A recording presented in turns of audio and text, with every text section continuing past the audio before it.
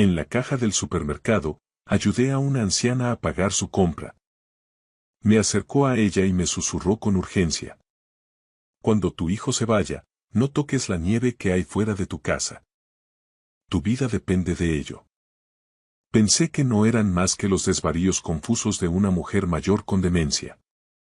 A la mañana siguiente, al salir, lo que vi casi detiene mi corazón. ¿Qué me esperaba en mi jardín aquella mañana? Se lo contaré en un momento, pero antes, dejen un comentario abajo. ¿Desde qué ciudad me leen? Quiero ver hasta dónde llega esta advertencia. Ahora, sumerjámonos en el aviso de aquel día. Todo empezó 3 días antes, una tarde de diciembre, cuando la primera gran ventisca de la temporada azotó la zona de Jaca, en el Pirineo aragonés. Yo estaba en la cola de Alimentación García, una pequeña tienda de barrio a 2 manzanas de mi casa en la calle de los Pirineos, viendo cómo los copos de nieve golpeaban los cristales. A los 72 años, uno deja de perseguir ofertas por toda la ciudad, vas al lugar donde conocen tu nombre y los pasillos te son familiares.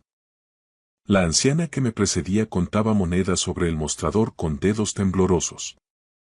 Llevaba un abrigo raído y una bufanda descolorida. En la cinta transportadora estaba el pedido más triste que había visto. Una barra de pan, leche, 3 patatas y una sola cebolla. Señora, le faltan unos 8 euros, dijo Lucía, la joven cajera, con suavidad. ¿Cómo puede ser? La mano de la anciana tembló. Lo conté en casa 2 veces. Detrás de mí, alguien suspiró con impaciencia. La cola crecía. Miré aquella figura encorvada, sus manos enrojecidas por el frío y su escasa compra. Han pasado 5 años desde que Carmen falleció, y aún oigo su voz. Mateo, tenemos más que suficiente. Ayuda siempre que puedas. Lucía, cóbralo con lo mío, dije, poniendo un billete de 20 sobre el mostrador. Oh, cielo, de verdad que no tienes por qué. La anciana se giró y sus ojos se clavaron en los míos. Aquellos ojos no estaban nublados ni distantes, sino claros como el cielo de invierno y afilados como cristal roto. Me miraron de una forma que me cortó la respiración. Había algo antiguo en esa mirada, algo que sabía cosas. Gracias, hijo, dijo en voz baja. Su agarre en mi manga era sorprendentemente fuerte. Tu bondad no será olvidada. Recogió sus bolsas y luego se volvió. La tienda pareció quedarse en silencio. Se acercó y sentí el olor a naftalina y lavanda seca. Escucha con atención, susurró. Cuando tu hijo se vaya esta noche, no toques la nieve de tu jardín. No importa lo que te diga, no quites la nieve hasta la mañana. Perdone, ¿qué? Sus dedos se clavaron en mi manga. Tu vida depende de ello. Prométemelo. La intensidad de su voz me estremeció. Está bien, lo prometo. Me soltó, asintió y se dirigió a la salida con una rapidez sorprendente. Las puertas automáticas se abrieron y desapareció en el torbellino blanco como si nunca hubiera estado allí. Mi corazón martilleaba. Señor Lozano, ¿se encuentra bien? Preguntó Lucía. Bien, sacudí la cabeza, pagué mis compras, pollo, verduras, pan, y me adentré en la tormenta. El viento me azotó la cara mientras caminaba hacia casa, con las botas crujiendo sobre el polvo blanco. Las palabras de la anciana resonaban. Cuando tu hijo se vaya esta noche. ¿Cómo sabía que Hugo vendría? No se lo había dicho a nadie. Me había llamado esa mañana diciendo que necesitaba pasarse después del trabajo. Era la primera vez en 3 meses que venía sin que yo se lo pidiera. Me reí al entrar en casa, quitándome la nieve de las botas. Desvaríos de vieja, pensé.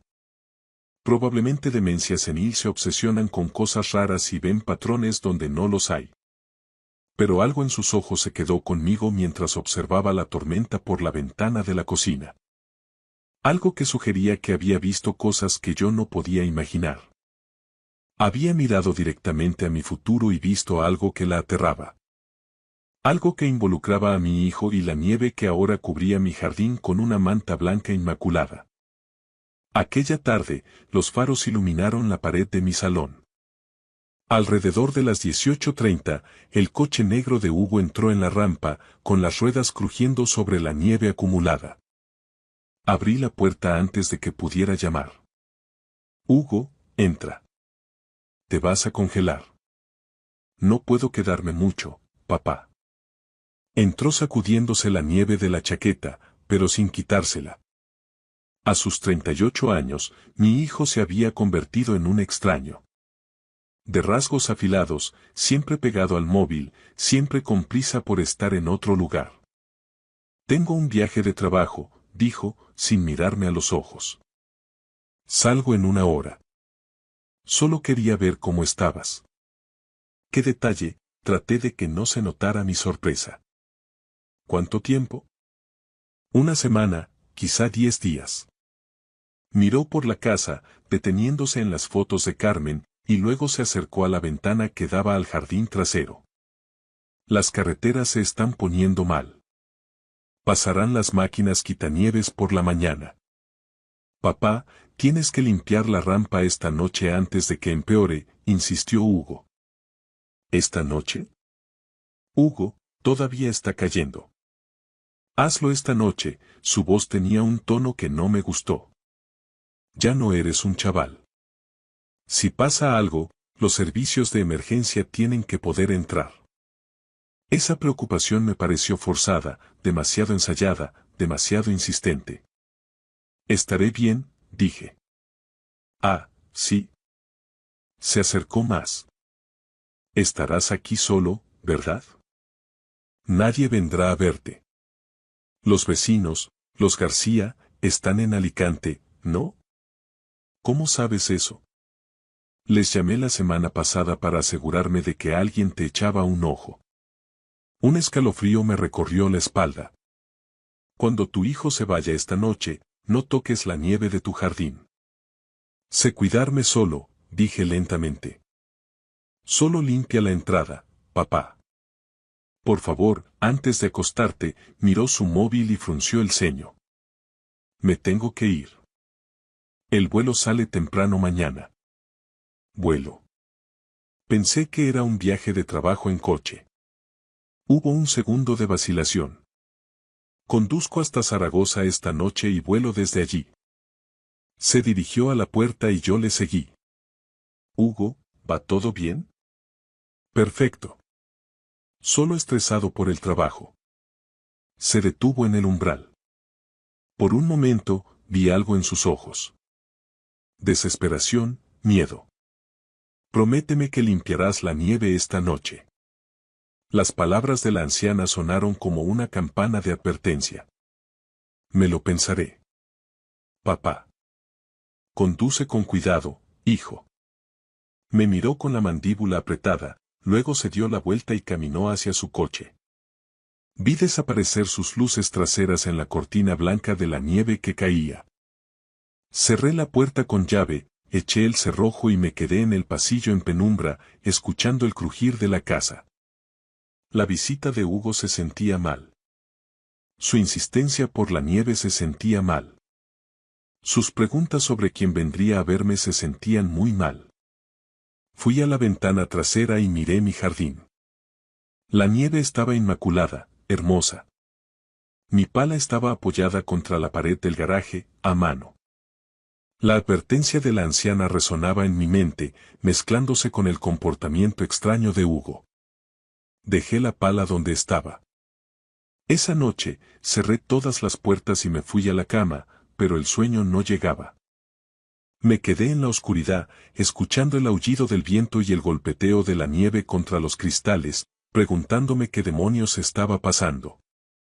Las palabras de la anciana daban vueltas, implacables como la tormenta.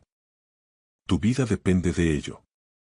Me desperté al amanecer en medio de ese silencio absoluto que sigue a una gran nevada.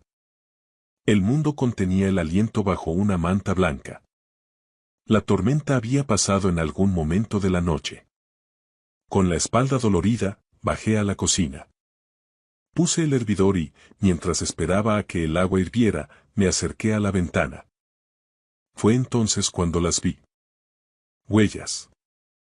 Huellas profundas y claras que cortaban la nieve virgen de mi jardín trasero. No eran mías. Yo no había salido desde la tarde anterior. Tampoco eran del cartero, venían de la puerta lateral, no del camino principal. Mi mano se congeló en la cortina. El rastro iba desde la puerta directamente hacia la casa, rodeando metódicamente el perímetro.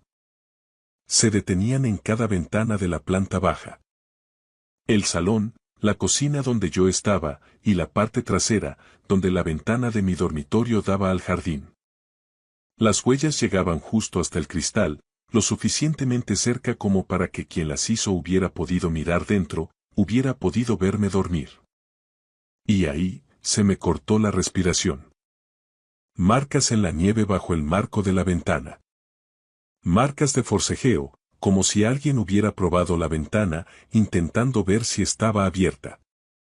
Las huellas eran enormes, de un número 46 o más, impresiones profundas que hablaban de un hombre pesado, alguien corpulento.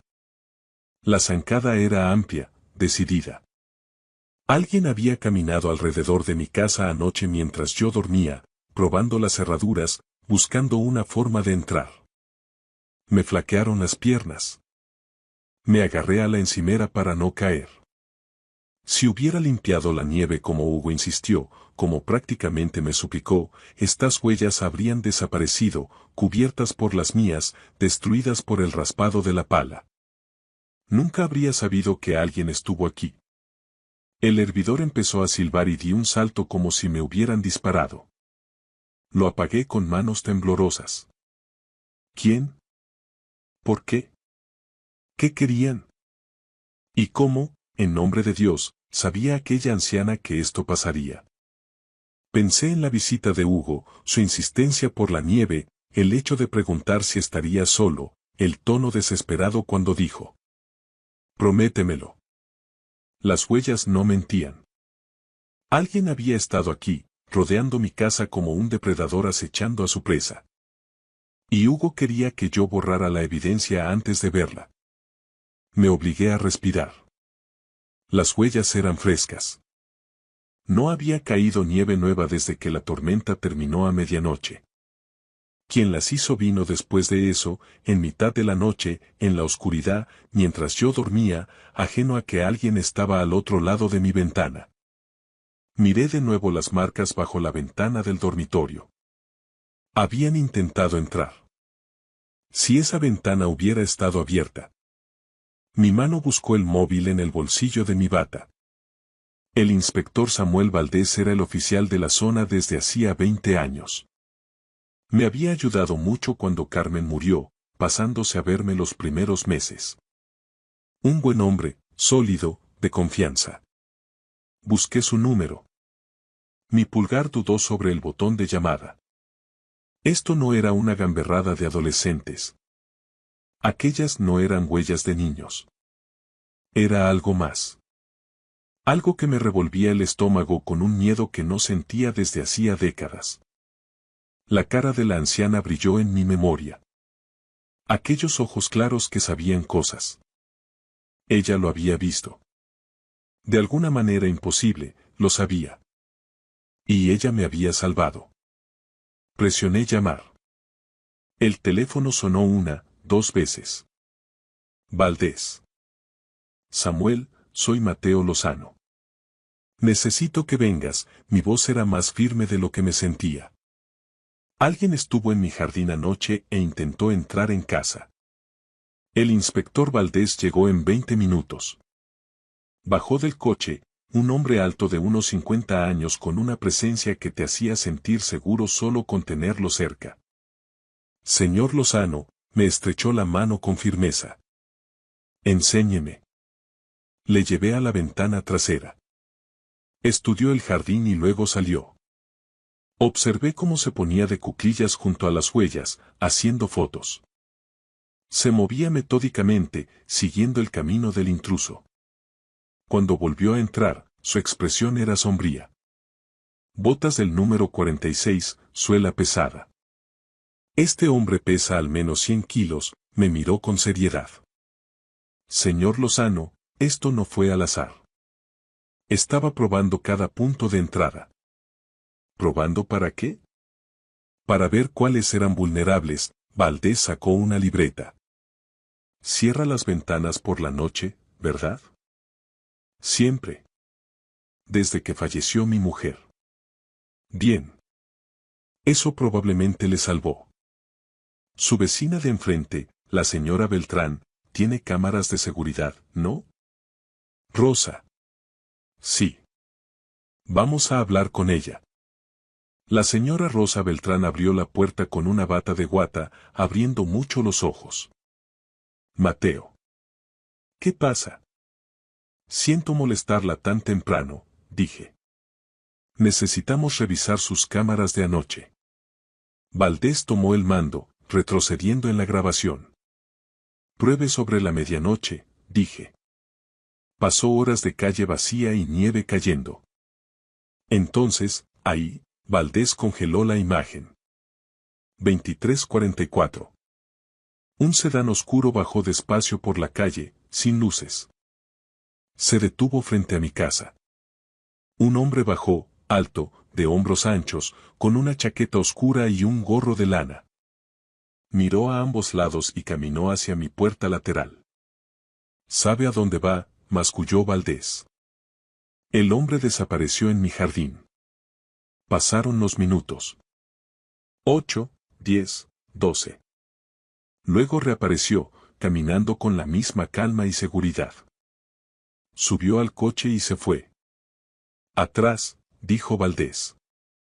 Cuando sube al coche. Rosa rebobinó. Valdés se acercó.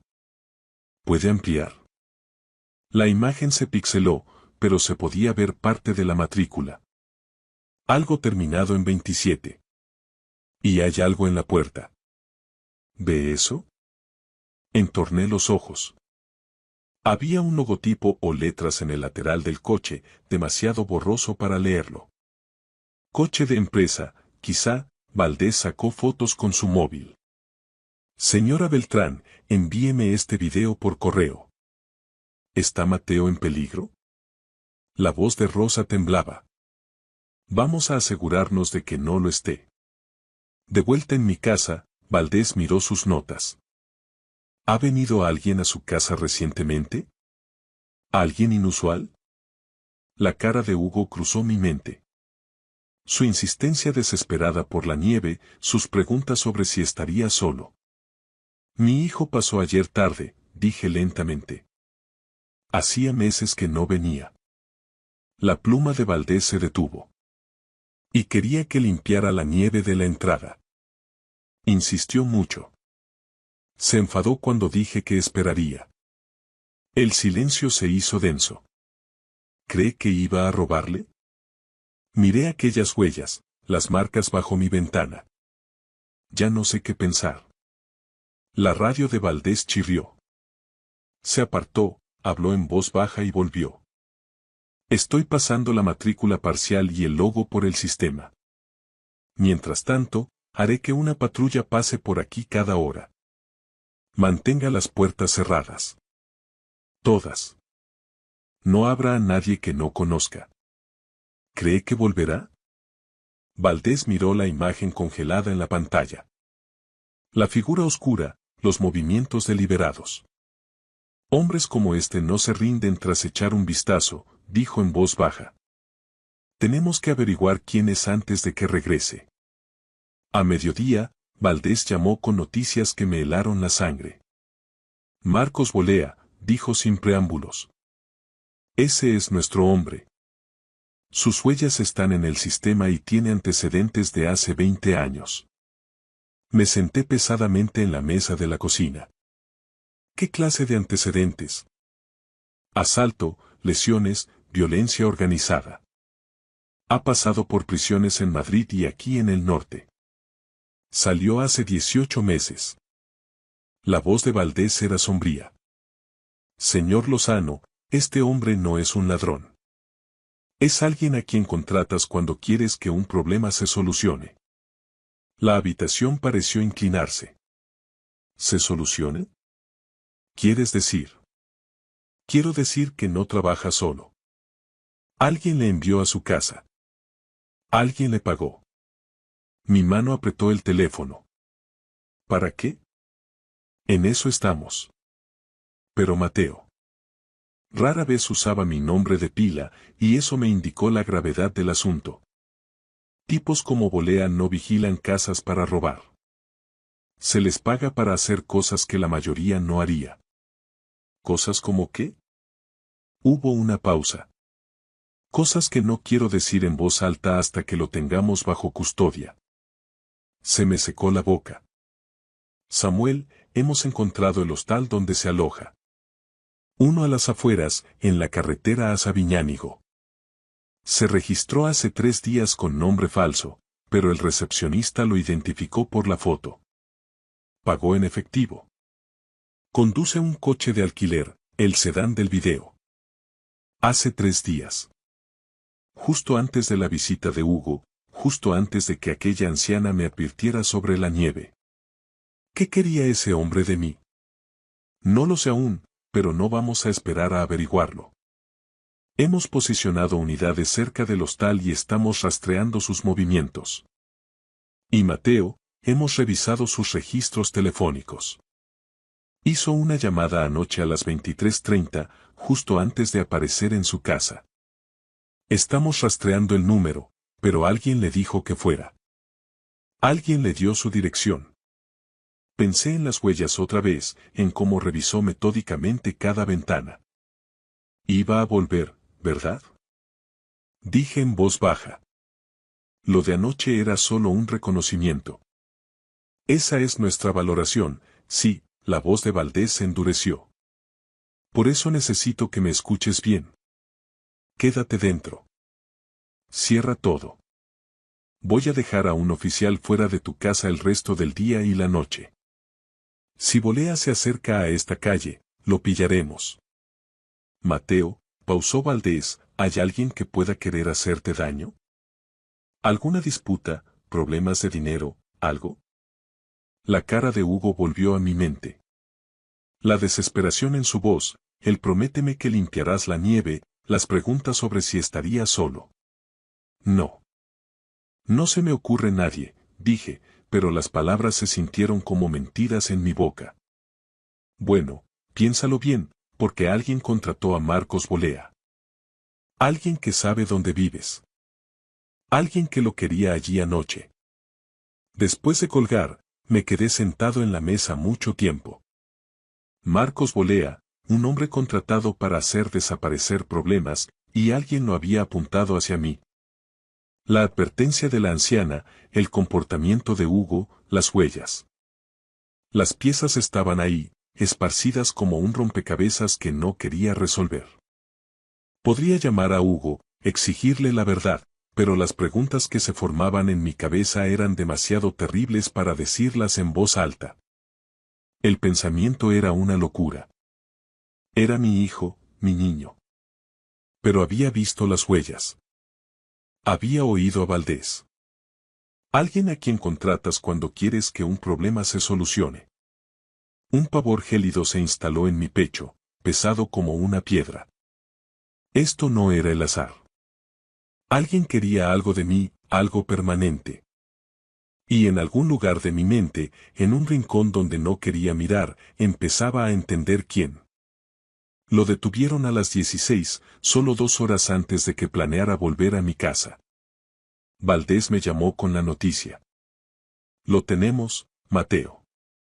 Hemos pillado a Bolea en el hostal sin incidentes. Llevaba una bolsa de lona. Guantes, ganzúas, un cuchillo. No era una visita social lo que planeaba. Me flaquearon las piernas. ¿Ha dicho algo? Está hablando ahora. La detective Marta Belmonte está con él. Te llamo luego. La espera fue agónica. Caminaba por la cocina mirando al oficial que estaba en el coche patrulla fuera. El sol se ponía, pintando la nieve de naranja y oro. Valdés volvió a llamar una hora después. Mateo, necesito que vengas a la comisaría. La detective Belmonte quiere hablar contigo. ¿Qué ha dicho Bolea? Mejor que lo oigas en persona. La comisaría era un edificio de ladrillo en la calle Mayor. La detective Belmonte me recibió en el vestíbulo, una mujer de mirada afilada de unos 30 y tantos. Me llevó a una pequeña sala de reuniones. Señor Lozano, gracias por venir. Tengo que contarle lo que nos ha dicho Marcos Bolea. Ha aceptado cooperar y está siendo muy explícito. Dice que fue contratado hace una semana para gestionar una situación. Le pagaron 5.000 euros en efectivo por adelantado. Sus instrucciones eran específicas. Que pareciera un accidente o un robo que salió mal. El objetivo tenía que estar solo. La casa debía parecer imperturbada desde fuera. La habitación dio vueltas. La rampa. Susurré, la nieve. Exacto, asintió Belmonte. Si usted hubiera limpiado la nieve, sus huellas se habrían mezclado. Habría parecido que usted estuvo fuera trabajando, que quizá tuvo un accidente. Él vino la primera noche para reconocer el terreno, ver su rutina, qué ventana era más fácil. Iba a volver anoche, pero al no haber limpiado usted la nieve, sus huellas habrían quedado expuestas, y por eso dudó. Belmonte sacó unos papeles. Señor Lozano, hemos revisado el móvil de Bolea, mensajes y transferencias. No solo le pagaron en efectivo. Hubo una transferencia electrónica hace 2 días. Otros 5.000 euros. Tenía la boca seca. ¿De quién? Belmonte me miró un largo rato. También hemos recuperado mensajes. Asegúrate de que esté solo, hazlo esta semana, el viejo no sospechará nada. ¿El viejo? Yo. ¿Quién envió eso? Mi voz se quebró. La expresión de la detective cambió a algo parecido a la piedad. Señor Lozano, creo que debería sentarse para esto. Ya estoy sentado. La persona que contrató a Bolea. Hizo una pausa, usted la conoce muy bien. Mi corazón dejó de latir. La sala pareció encogerse. ¿Quién? Empezó a responder, luego se detuvo, miró los papeles y volvió a mirarme. Venga a la comisaría mañana por la mañana a las 9. Le enseñaremos todo. Registros bancarios, mensajes, todo. Pero, señor Lozano, quiero que se vaya a casa esta noche. Descanse, procéselo, porque mañana va a ser muy difícil. Dígamelo ahora, mi voz era apenas un susurro. Por favor, dígame quién. Los ojos de Belmonte se llenaron de esa terrible piedad otra vez. Mañana, se lo prometo. Por hoy, vaya a casa. El oficial Brennan se quedará fuera. Está a salvo. ¿A salvo? La palabra no significaba nada. Salí de la comisaría aturdido. Conduje a casa en piloto automático. Me senté en mi cocina oscura mirando a la nada. En algún lugar de mi mente, ya lo sabía. Lo sabía desde que Valdés me preguntó si alguien había venido a casa. Lo sabía desde que recordé la insistencia de Hugo con la nieve. Pero saber y creer son cosas distintas. Mi hijo, mi niño. No dormí esa noche. Di vueltas en la cama, repasando a cada persona que conocía. ¿Quién querría que no estuviera? Pero en el fondo, ya tenía la respuesta. Simplemente no podía obligarme a creerla. A la mañana siguiente, en la sala de reuniones, la detective Belmonte puso un documento frente a mí. Un extracto de transferencia bancaria por 5.000 euros. Remitente. Hugo Lozano. Mi hijo. Me quedé mirando esas palabras hasta que se borraron. Señor Lozano. La voz de Belmonte venía de muy lejos, sé que es duro. Debe de haber un error, mi voz sonaba hueca. Él no haría. Hay más. Puso papeles sobre la mesa como cartas en una mano terrible. Mensajes entre el móvil de Hugo y el teléfono de prepago de Volea. Asegúrate de que el viejo esté solo. Hazlo esta semana. Y este otro, la mañana antes de que apareciera Volea. Esta noche estará solo en casa. No podía respirar. Cada mensaje era un cuchillo que se hundía más. Los registros muestran 3 llamadas entre ellos, la última a las 19:15. Justo después de que Hugo se fuera de mi casa. Justo después de insistir en que limpiara la nieve. Justo después de preguntar si estaría solo. ¿Por qué? La palabra salió rota. Belmonte sacó otro documento. Su hijo debe 180.000 euros en deudas de juego. Póker online, apuestas deportivas. Lleva hundido unos 2 años. Ha estado recibiendo amenazas de prestamistas. Paga o verás, sabemos dónde vives. La voz de la detective era suave pero implacable. Su casa vale unos 600.000 euros. Como hijo único, Hugo lo heredaría todo. Eso habría solucionado sus problemas. Los números bailaban ante mis ojos. Mi casa, mi vida, reducidas a una transacción. Cuando Carmen murió, Hugo tenía 8 años, era solo un niño. Me oí hablar. Tenía tanto miedo de quedarse solo, de perderme a mí también. Lo veo tan claro, ese niño con lágrimas en la cara abrazado a mi cintura. Siempre te cuidaré, papá. Siempre. Pero en algún lugar entre aquel niño asustado y el hombre que estuvo en mi cocina, algo se rompió. Se lo di todo, susurré. Tras morir Carmen, él era todo lo que me quedaba. Trabajé en 2 sitios para que fuera a la universidad, le ayudé con el piso, con el coche. Cada vez que necesitaba dinero. Le habría dado la casa si me lo hubiera pedido. Solo tenía que pedirlo. Belmonte no dijo nada. ¿Qué podía decir? No solo quería la casa, dije lentamente. Me quería fuera.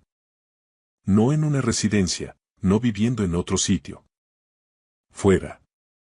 Lo siento. ¿Dónde está? Tenemos unidades yendo a su apartamento ahora. Lo tendremos bajo custodia en 1 hora, hizo una pausa.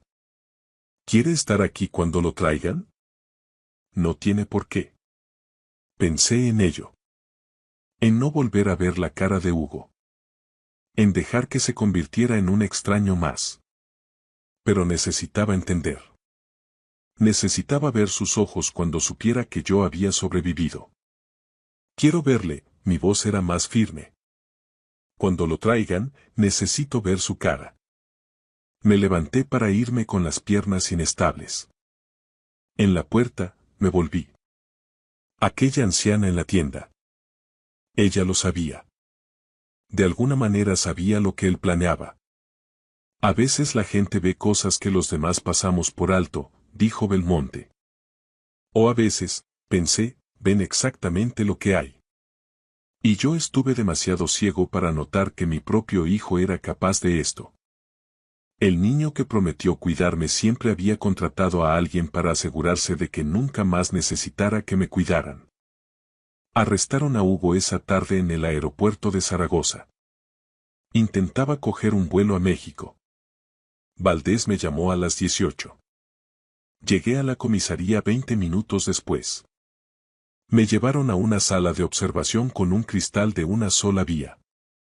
Al otro lado, vi a Hugo sentado a una mesa de metal, esposado. Parecía más pequeño, más joven. Tenía el pelo revuelto y los ojos rojos. Parecía mi hijo. Belmonte entró en la sala. Esto es una locura, dijo Hugo de inmediato. No sé qué pensáis que hice. Hugo Lozano, se le acusa de conspiración para cometer asesinato y proposición para el asesinato, la voz de Belmonte era profesional.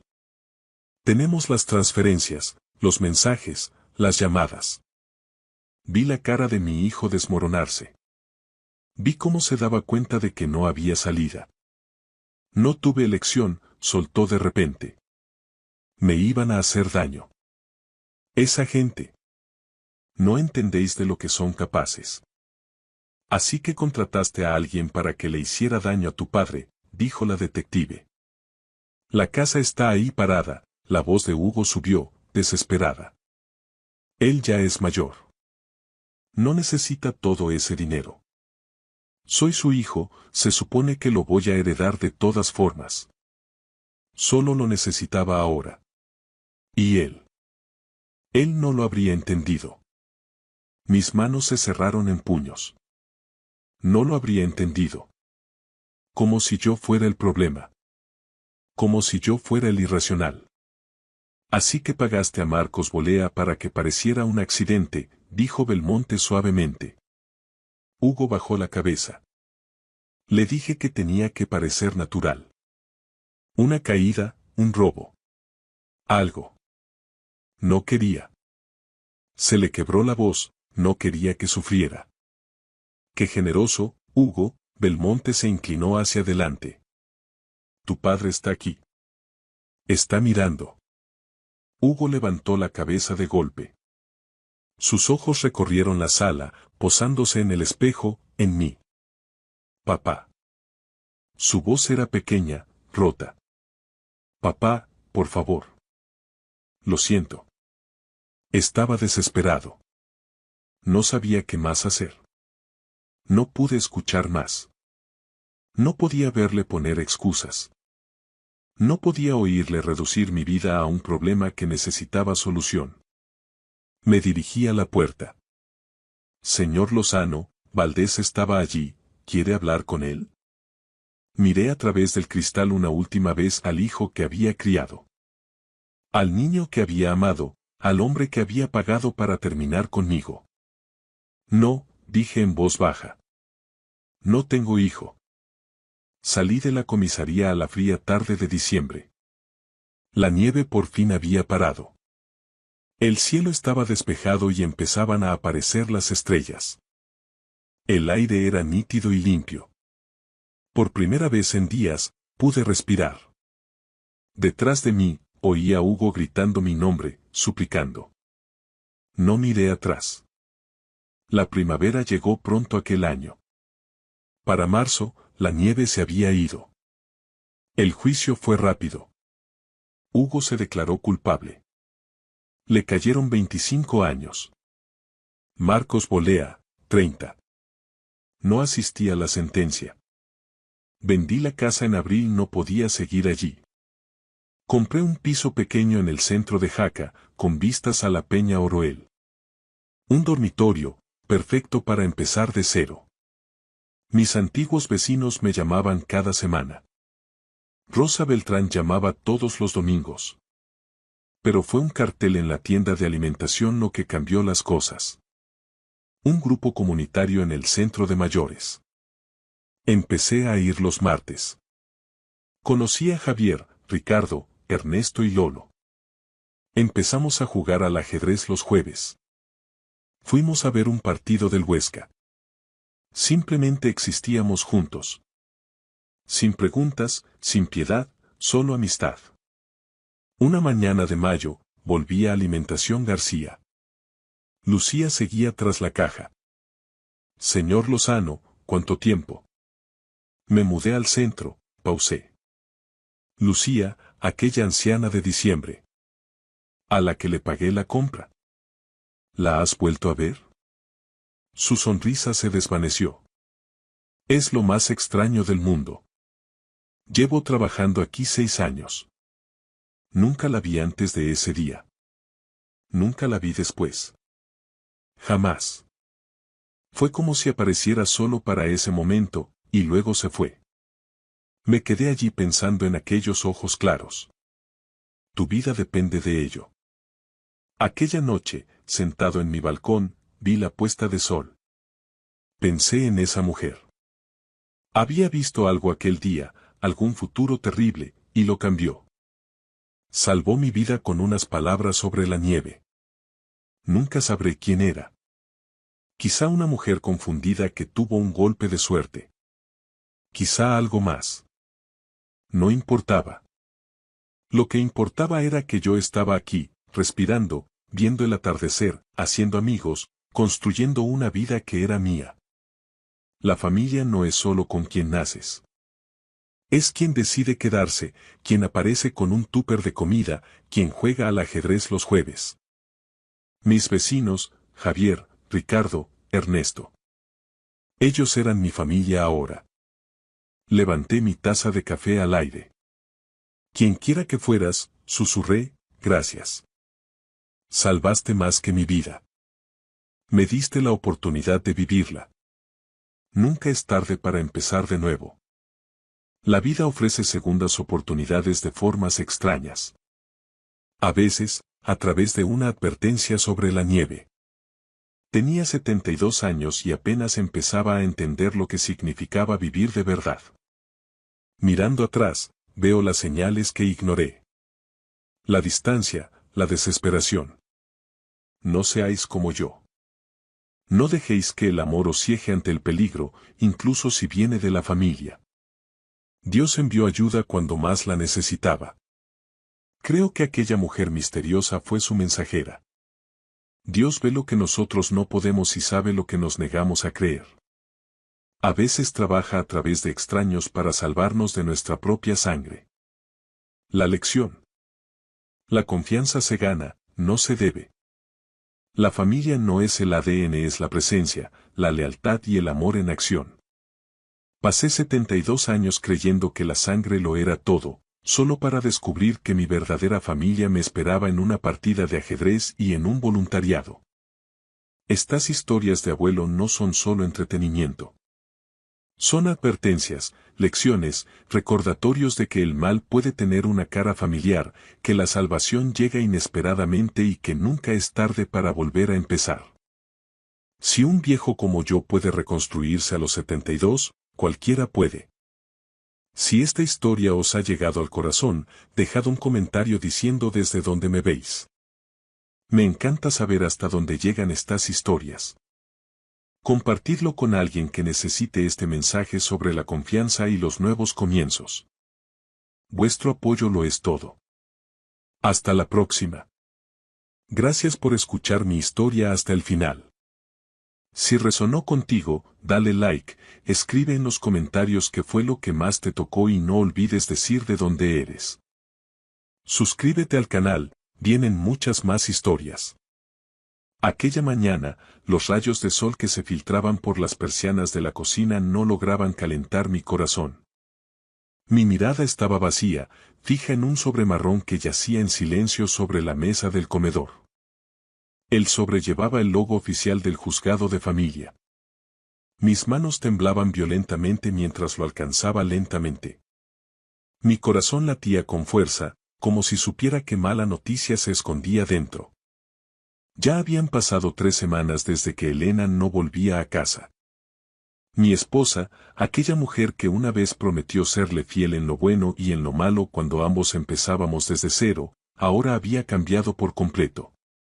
Desde que su carrera como abogada de prestigio comenzó a despegar y su nombre empezó a sonar en todo Madrid, la actitud de Elena se volvió fría. Rara vez contestaba al móvil. Frecuentemente ponía excusas de que trabajaba hasta tarde en el bufete y el punto culminante fue su partida de casa sin despedirse. Con la respiración contenida, rasgué el sello del sobre. Mis ojos recorrieron línea por línea la escritura sobre el papel blanco. Una citación para la audiencia de divorcio. La fecha era mañana por la mañana. Sentí el pecho oprimido, como si el aire en el salón se hubiera agotado de repente. Mis lágrimas cayeron, mojando el papel que era la prueba del fracaso de mi matrimonio. Aún no se habían secado las lágrimas en mis mejillas cuando mi móvil sonó. Un mensaje entrante. El nombre de Elena apareció en la pantalla. Antes, ese nombre siempre me hacía sonreír, pero ahora solo traía un dolor punzante en la boca del estómago. Abrí el mensaje con dedos aún temblorosos. Ya te llegó la carta, ¿verdad? No olvides venir mañana. Espero que cooperes, Mateo. No hagas drama y no compliques las cosas. El mensaje era tan gélido, sin saludo ni cortesía, como si yo fuera un extraño al que acabara de conocer. Respiré profundamente tratando de reunir los restos de mi valentía para responder. Elena, ¿por qué tiene que ser así? ¿No podemos hablar civilizadamente primero? Tengo derecho a saber qué hice mal para que me pidas el divorcio así, de repente. No pasó mucho tiempo antes de que llegara la respuesta. Esta vez el mensaje era más largo, pero cada palabra era como una navaja. Hablar. Ya no tenemos temas de conversación que nos conecten, Mateo. Date cuenta. Mírame ahora y mírate a ti. Soy socia en un bufete de renombre. Me reúno con clientes de alto nivel, magistrados y empresarios todos los días. ¿Y tú? Tú eres solo un amo de casa común que solo sabe de temas de cocina y de lo que pasa entre las sábanas. Ya no estás a mi nivel. Llevarte a eventos de empresas solo me avergonzaría. No encajas en mi mundo actual. Me dejé caer débilmente en la silla. Mi corazón se hizo pedazos al leer la confesión tan cruel de mi esposa. Recordé los tiempos difíciles de antes, cuando Elena todavía estudiaba Derecho y teníamos que compartir un menú del día entre los dos porque su dinero se había gastado en manuales jurídicos. Fui yo quien trabajaba horas extra haciendo arreglos de sastrería para los vecinos hasta altas horas de la noche para ayudar a pagar sus matrículas. Yo, quien siempre la animaba cuando suspendía los exámenes de la oposición una y otra vez y casi se rendía. Olvidaste quién te acompañó desde abajo, escribí mientras sollozaba. ¿Quién te arregló el primer traje para tu entrevista de trabajo? Fui yo, tu marido. No hables del pasado, respondió ella rápidamente, como si mis palabras fueran un ataque molesto. Eso era tu obligación como cónyuge, servir a tu mujer, y yo ya te lo he pagado dándote comida y un techo digno donde vivir todo este tiempo, ¿no? Así que estamos en paz. Escucha bien, Mateo. Mañana en la audiencia quiero que aceptes todas las condiciones del divorcio sin rechistar. En cuanto a la liquidación de gananciales, olvídate. La casa, el coche, los ahorros. Todo está a mi nombre. No tienes ninguna aportación financiera real en esas compras. Así que no intentes reclamar nada. Me quedé boquiabierto. Qué astuta era Elena. El piso modesto donde vivíamos. La entrada había sido el resultado de mis ahorros cosiendo día y noche antes de que ella tuviera éxito. Pero antes de que pudiera terminar de escribir sobre la casa, el móvil sonó. Elena llamaba. Contesté con manos temblorosas, temeroso pero necesitando una explicación. Hola. Mi voz sonaba ronca y débil. Escucha, Mateo, la voz de Elena se oía fuerte, firme y llena de intimidación. No intentes resistirte. Yo soy abogada, conozco todos los vericuetos legales. Si te atreves a reclamar bienes o a complicar este divorcio, te aseguro que no obtendrás ni un solo euro. Voy a exponer todas tus faltas frente al juez. Te haré pasar vergüenza de por vida hasta que nadie quiera ser tu amigo. ¿Qué faltas, Elena? Si todo este tiempo me he desvivido por ti. Nunca hice nada malo, sollocé. Puedo buscar tus errores, esa es mi especialidad, gritó con tono arrogante. Puedo retorcer los hechos hasta que parezcas el culpable. Así que si quieres que tu vida sea tranquila después del divorcio, haz lo que digo. Ven mañana, asiente ante el juez, firma y sal de mi vida. Solo llévate tu ropa. Lo demás es mío. Cortó la llamada unilateralmente. Dejé el teléfono sobre la mesa. El salón se sentía tan silencioso y opresivo. Miré a mi alrededor el hogar que había cuidado con todo mi amor durante los últimos 5 años. Las paredes que yo mismo había pintado, las cortinas que yo mismo había cosido. Todo tenía la huella de mis manos. Y ahora Elena quería arrebatármelo todo solo porque sentía que yo ya no era digno de acompañarla en la cima. Un éxito alcanzado gracias a mis esfuerzos también. Ese dolor se transformó en una opresión que me aplastaba el pecho. Me sentía muy pequeño e indefenso. Mi oponente era mi propia esposa, una abogada experta en leyes y hábil con las palabras. ¿Qué podía hacer un hombre sencillo como yo? No tenía dinero para un abogado particular. No conocía a nadie influyente. Sin embargo, en medio de esa desesperación, miré mi reflejo en el espejo del recibidor. Mi rostro estaba hinchado, mis ojos rojos. ¿Debo rendirme así de fácil?, me pregunté. De repente recordé el consejo de mi difunta madre. Sé un hombre íntegro y mantén siempre tu dignidad. No, susurré mientras me limpiaba las lágrimas bruscamente. Puede que ahora no tenga nada, puede que no tenga un título de posgrado como Elena, pero tengo dignidad. No voy a dejar que me pisotee más. Que se quede con los bienes si quiere, pero no voy a permitir que humille mi honor. Esa noche no pude dormir.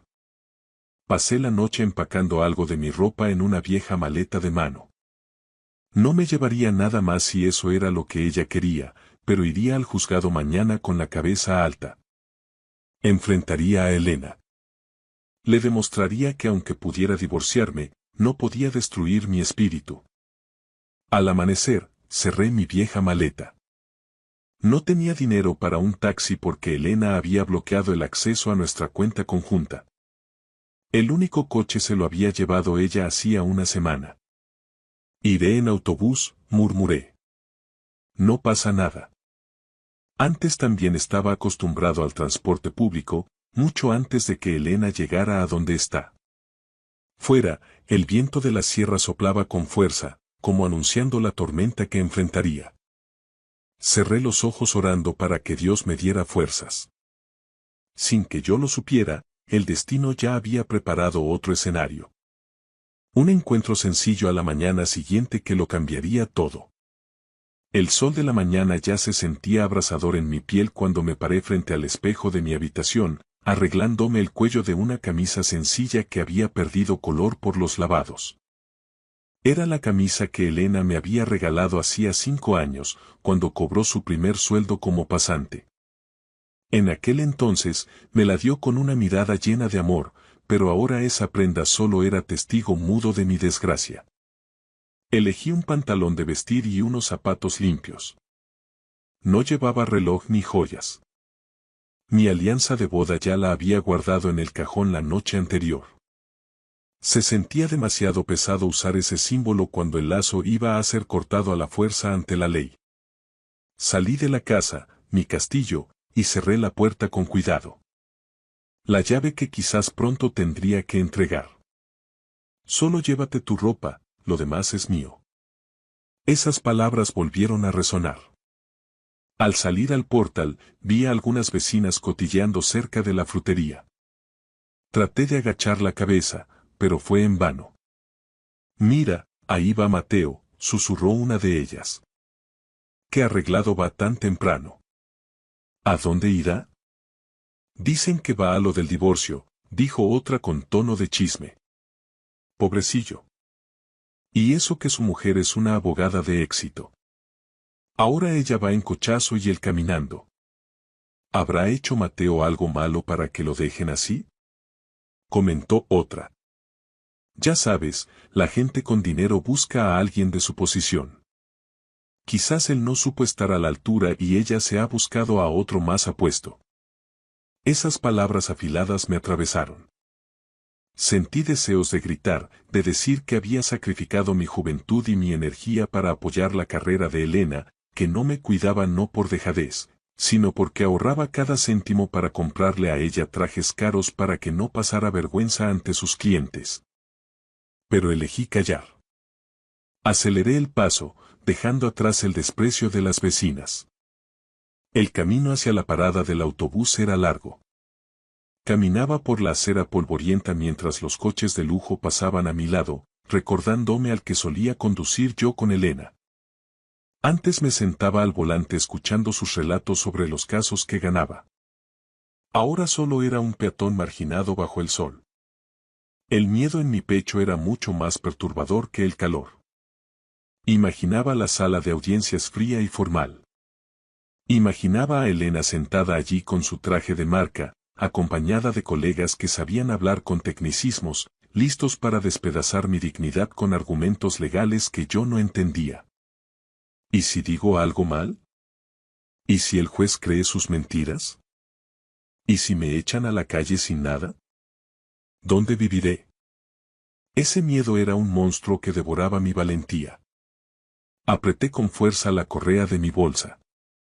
Me sentía como una hormiga ante un elefante. Elena lo tenía todo. Dinero, posición, conocimientos y contactos. Yo solo tenía mi honestidad y la fe en que la justicia divina no duerme. Al llegar a la parada, me senté en el banco de metal oxidado a esperar el autobús hacia los juzgados de familia. A mi alrededor, la gente estaba en sus cosas. Me sentía muy solo. No había una mano que me sostuviera. Un sedán negro reluciente pasó lentamente. Aunque los cristales eran tintados, reconocí la matrícula. Era el coche de Elena. Mi corazón pareció detenerse. El coche se deslizaba con arrogancia entre el tráfico, mientras yo esperaba un autobús viejo que no llegaba. Dios mío, oré en silencio, si esta separación es el camino, fortalece mi corazón. No dejes que me derrumbe ante la soberbia de Elena. Dame una ayuda hoy para no sentirme solo. Al poco, apareció el autobús. Estaba abarrotado. Respiré hondo y me preparé para el apretujón, un viaje tan incómodo como mi vida en ese momento. Subí sin saber que mi oración acababa de ser escuchada de la manera más inesperada. El ambiente dentro era sofocante. Olor a sudor, humo y polvo. Yo estaba de pie, apretujado entre un hombre con una saca grande y unos estudiantes ruidosos. Mis piernas me dolían por el esfuerzo de mantener el equilibrio en cada frenazo. El conductor manejaba de forma temeraria. Frente a mí, los asientos prioritarios estaban ocupados por jóvenes absortos en sus móviles, fingiendo dormir para no ver a una mujer embarazada o al anciano que se agarraba con fuerza al tubo de metal. El autobús frenó en el Mercado Nuevo. La puerta se abrió con un chirrido. «Venga, rápido los que suben», gritaba el conductor impaciente. Desde abajo, un anciano intentaba subir con mucha dificultad. Tenía el pelo blanco, era delgado y vestía una camisa de cuadros desgastada. Sus manos arrugadas temblaban al intentar alcanzar el pasamanos. «Vamos, abuelo, dese prisa», le regañó el conductor. «Que vamos con retraso». Nadie bajó a ayudarle. Los pasajeros le miraban con fastidio. El anciano logró subir jadeando, pero antes de que pudiera agarrarse, el conductor aceleró a fondo. El hombre perdió el equilibrio y se tambaleó hacia atrás. «Cuidado», gritó alguien, pero nadie se movió. Yo, olvidando mi propia tristeza, reaccioné de inmediato. Me abrí paso y lo atrapé por el brazo justo antes de que cayera de espaldas por la puerta aún abierta. «Cuidado, señor», exclamé sosteniendo su peso con todas mis fuerzas. Mis manos sujetaron firmemente al anciano, salvándolo de un golpe fatal. El hombre estaba en shock, pálido y agitado. «Gracias». «Gracias, hijo», dijo con voz temblorosa. «De nada, señor. Agárrese a mí». Busqué un asiento. Nada. Miré a un joven que jugaba en el asiento prioritario. «Disculpa», le dije con voz firme. «¿Podría cederle el asiento a este señor? No puede mantenerse en pie». El joven me miró con fastidio, resopló y se levantó de mala gana, refunfuñando mientras se iba a la parte de atrás. «Siéntese aquí, señor», guié al anciano con cuidado. Él suspiró aliviado al sentarse. Tras calmarse, me miró. Yo estaba de pie a su lado, agarrado al respaldo. Muchas gracias, hijo. Si no llegas a estar tú, quizás me habría matado, dijo. Pude verle mejor. Aunque su rostro estaba lleno de arrugas, tenía una mirada aguda y serena. Emanaba una dignidad extraña que no encajaba con su ropa gastada. No es nada, señor. Ayudarnos es nuestra obligación como seres humanos, respondí cortésmente, intentando ocultar mi mano izquierda sin anillo. Es raro ver a jóvenes que se preocupen así hoy en día, murmuró. Sus ojos recorrieron mi apariencia. Mi ropa sencilla pero limpia, mi cara que reflejaba una pena profunda y mis ojos hinchados. El anciano, que se llamaba Don Ceodario, no era un pasajero cualquiera. Ese día había dejado su coche oficial y a su chofer en casa. Quería recordar sus tiempos de lucha por la justicia desde abajo, sintiendo el pulso de la gente humilde que solía defender en sus sentencias. No esperaba el accidente, ni ser ayudado por un hombre que parecía cargar con el peso del mundo. Hijo, ¿a dónde vas tan arreglado en autobús? Preguntó intentando entablar conversación. Dudé. No solía desahogarme con extraños, y menos sobre un tema que me avergonzaba. Tengo un asunto que atender, señor, respondí intentando sonreír, aunque mis labios estaban rígidos. Don Silverio asintió, comprendiendo que había algo que no quería decir. Pero sus ojos, que durante décadas habían observado rostros en el banquillo, sabían leer el lenguaje corporal. Veía miedo y tristeza en mí. Tu rostro está nublado, hijo, dijo con voz de padre. Una persona buena como tú no merece estar tan triste. Esa frase me golpeó el corazón. Mi muro de defensa se resquebrajó. En medio del ruido, su atención sincera hizo que mis ojos volvieran a humedecerse. Miré por la ventana para que nadie viera mis lágrimas. Ese encuentro empezaba a abrir una grieta en mi soledad. El autobús avanzaba a trompicones. Don Silverio me recordaba a mi difunto padre. Sereno y lleno de sabiduría. Quizás por el cansancio de sufrir solo o porque sabía que no volvería a verlo, decidí hablar. Voy al juzgado de familia, señor, le dije casi en un susurro. Miré mis zapatos gastados. Don Ceodario no pareció sorprendido, pero su expresión se volvió empática. Se acercó para oírme mejor. No vas a tramitar los papeles de otro, ¿verdad? Preguntó con cautela. No, señor, negué con una sonrisa amarga. Hoy es la primera audiencia para terminar con mi propio matrimonio. Hubo un silencio. Mi mujer ya no me quiere, continué, y una lágrima cayó en mi mano. Ahora que tiene éxito y es alguien importante, dice que ya no soy digno de ella. Que solo le causo vergüenza en su carrera. Al oírlo, Don Silverio tensó la mandíbula y apretó su bastón con fuerza. Como hombre de leyes durante décadas, había visto muchos casos así. La historia del que olvida a quien le ayudó a subir, la lealtad traicionada por el brillo del dinero. Es una insensata, dijo con firmeza. Me sorprendió su franqueza. Hijo, en este mundo hay mucha gente con los ojos dañados. Se deslumbran con trozos de vidrio roto que brillan al sol, pensando que son joyas. Por perseguir ese vidrio, tiran el diamante genuino que tuvieron durante años. Tu mujer es una de ellas. Se ha deslumbrado con el vidrio y ha olvidado que acaba de tirar el diamante más valioso de su vida. Me quedé atónito. Sus palabras me llegaron al alma. Elena siempre me había hecho sentir un despojo. Y este desconocido me llamaba diamante. Pero yo no soy un diamante, señor, objeté con mi baja autoestima. Solo soy un hombre común. No tengo títulos, ni dinero, ni soy tan atractivo como los compañeros de mi esposa. La belleza y los títulos se marchitan, hijo, me interrumpió. Pero un corazón sincero que ayuda a un anciano cuando él mismo está hundido. Eso es un lujo raro. Ese es el verdadero diamante. Y créeme, algún día ella llorará lágrimas de sangre al darse cuenta de lo que perdió hoy. Sus palabras fueron como agua fresca en un desierto. Por primera vez me sentí valorado. Visto como un ser humano, no como un objeto caducado. Gracias, señor. Es usted muy bueno, dije secándome las lágrimas. Espero que sus hijos le quieran mucho, porque es usted muy sabio. Don Silverio sonrió de forma misteriosa. No dijo nada, solo me dio unas palmaditas en la mano. Guarda tus lágrimas. No llores por quien no te valora. Levanta la cabeza.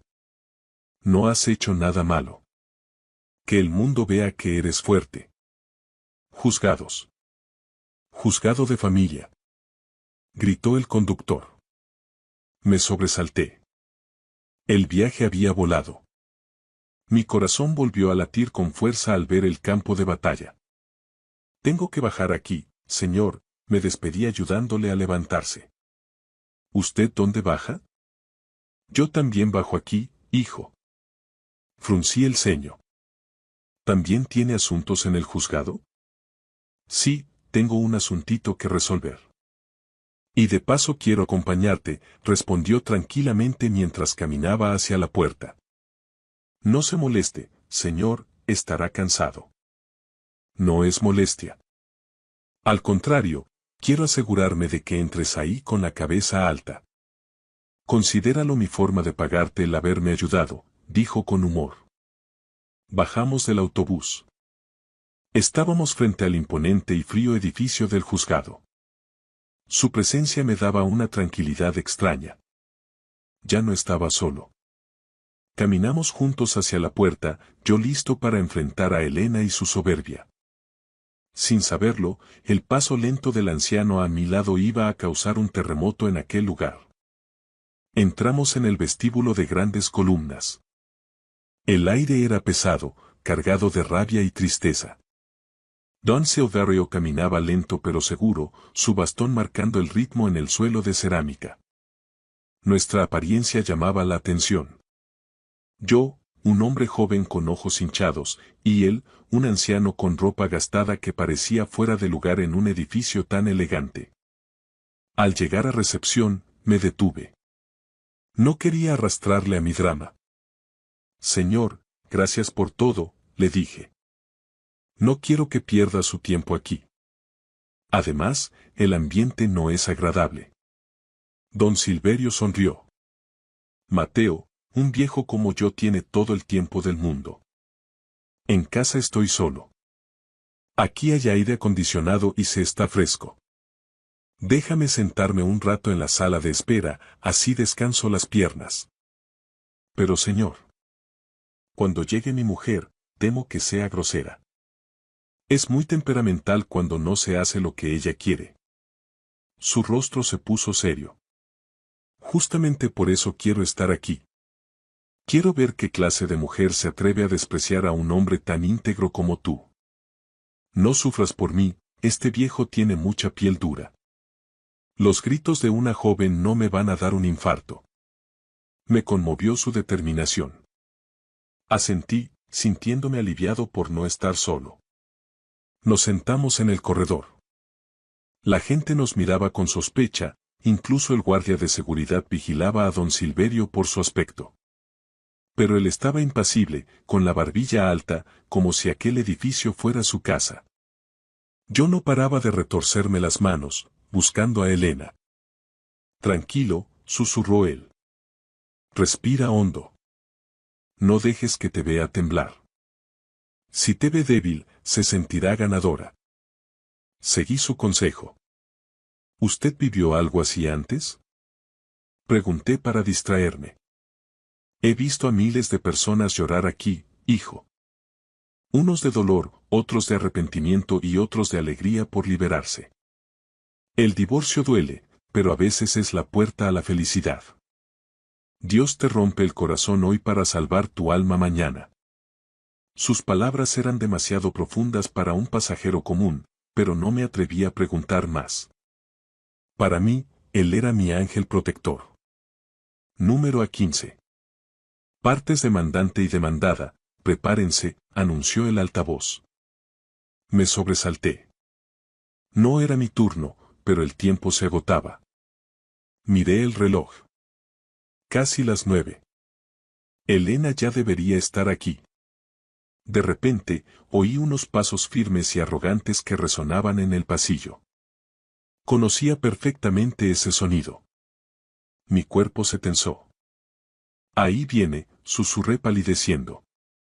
Elena caminaba hacia nosotros con un rostro apuesto pero lleno de soberbia, vestida con un traje de diseño impecable.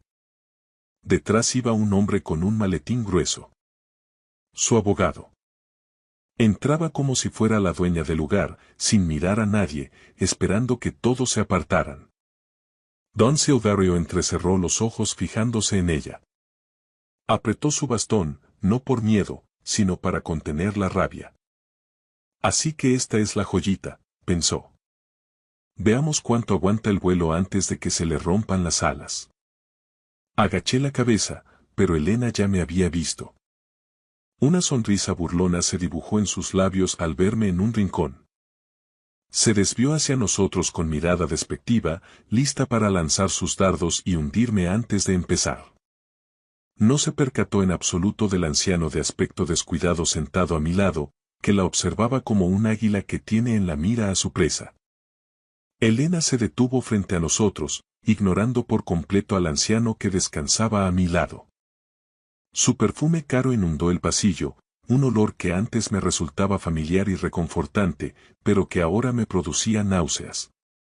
Se ajustó la chaqueta de su traje de sastre y me miró de arriba abajo con una mueca de asco. Vaya, Mateo, dijo con voz cortante, lo suficientemente alto como para que otros escucharan. Veo que te has tomado en serio lo de dar pena. ¿Esa es la mejor camisa que has encontrado para venir a los juzgados? Pareces un mendigo pidiendo limosna en la Puerta del Sol. Su abogado soltó una risita burlona mientras revisaba unos documentos. Yo sentí que la cara me ardía de vergüenza. Intenté mantener la compostura, recordando las palabras de Don Silverio. He venido a cumplir con la citación, Elena. No necesito ropa de marca para decir la verdad, respondí, tratando de que mi voz no temblara. La verdad no sirve de nada aquí si no tienes un buen bufete que la respalde, escupió ella, dando un paso hacia adelante para intimidarme. Mira a tu alrededor. Esto es mi terreno. He hablado con mis contactos y el juez ya sabe que eres un marido negligente que solo buscaba vivir de mis rentas.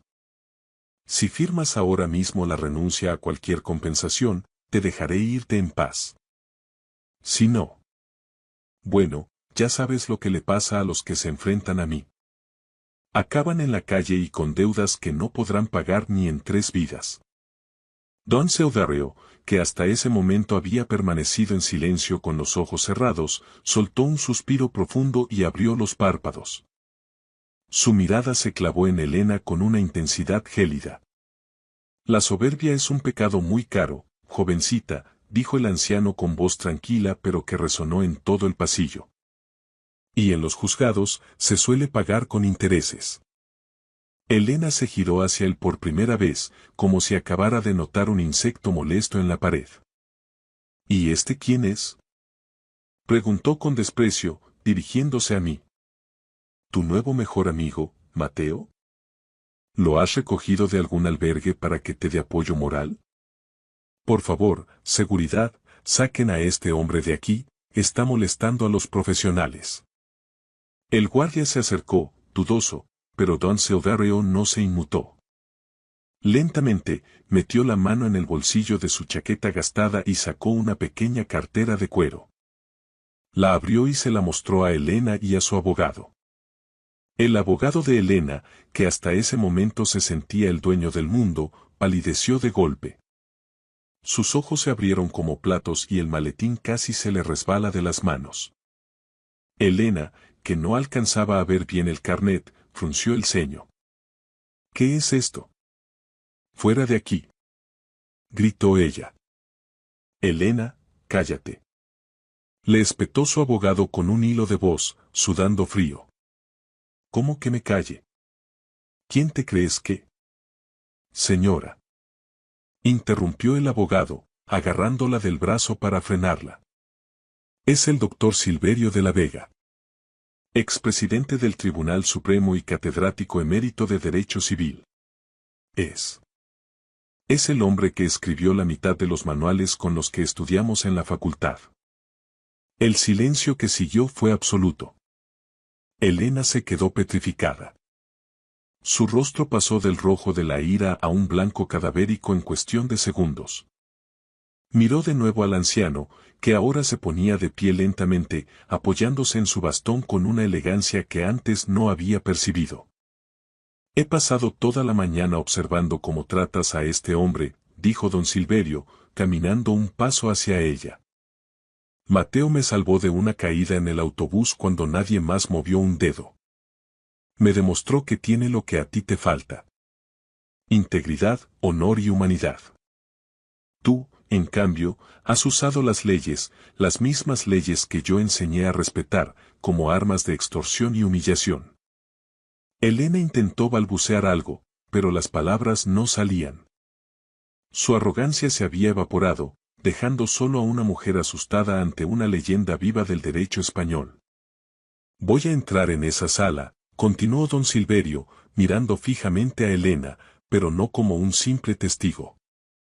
Voy a entrar para asegurarme de que el juez, que por cierto fue alumno mío hace 20 años, reciba una lección sobre cómo se juzga la liquidación de gananciales cuando un cónyuge ha sacrificado su carrera para que el otro prospere. Mateo tiene derecho a la mitad de todo lo que has construido, porque él fue la base de tu éxito. Y si intentas usar tus contactos, te aseguro que mis contactos pesan mucho más en este país. Elena se tambaleó. Su abogado ya estaba guardando los papeles, sabiendo que la batalla estaba perdida antes de empezar. Mateo. Susurró Elena, buscándome con la mirada, pero esta vez sus ojos no tenían fuego, solo desesperación. Mateo, podemos hablar. No hace falta llegar a esto. Yo la miré a los ojos. Por primera vez en meses, no sentí miedo. Sentí una profunda lástima por ella. Ya hablamos por mensajes, Elena, le dije con firmeza. Dijiste que no estábamos al mismo nivel. Tienes razón. Nunca lo hemos estado.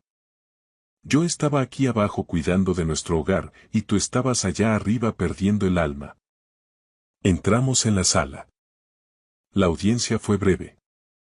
Bajo la mirada atenta y severa de don Silverio, el juez dictó una sentencia justa.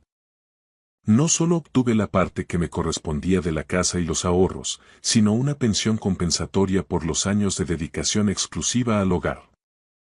Elena salió del juzgado en silencio, sin mirar atrás, con su prestigio profesional herido y su soberbia destrozada. Al salir a la calle, el sol de Madrid ya no me quemaba, me iluminaba. Don Silverio me puso una mano en el hombro. ¿Qué vas a hacer ahora, Mateo?, preguntó. Empezar de nuevo, don Silverio. Pero esta vez, con la cabeza alta. Gracias por todo.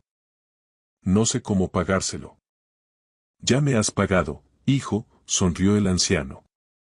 Me has devuelto la fe en que todavía quedan hombres de verdad en este mundo. Ahora, vete. Tienes una vida que recuperar. Le vi alejarse hacia su coche oficial, que ya lo esperaba en la esquina. Yo caminé hacia la parada del autobús, pero esta vez no me sentía solo. Tenía mi dignidad intacta y un futuro entero por delante. El sol estaba cada vez más alto, pero la temperatura en el vestíbulo del juzgado de familia se sentía helada para mí. Elena estaba parada justo frente a mí, erguida con una arrogancia que parecía llenar toda la habitación. El olor de su perfume caro, que antes me resultaba familiar, ahora me revolvía el estómago, me recordaba que la mujer que tenía delante era una extraña, ya no la esposa que una vez conocí.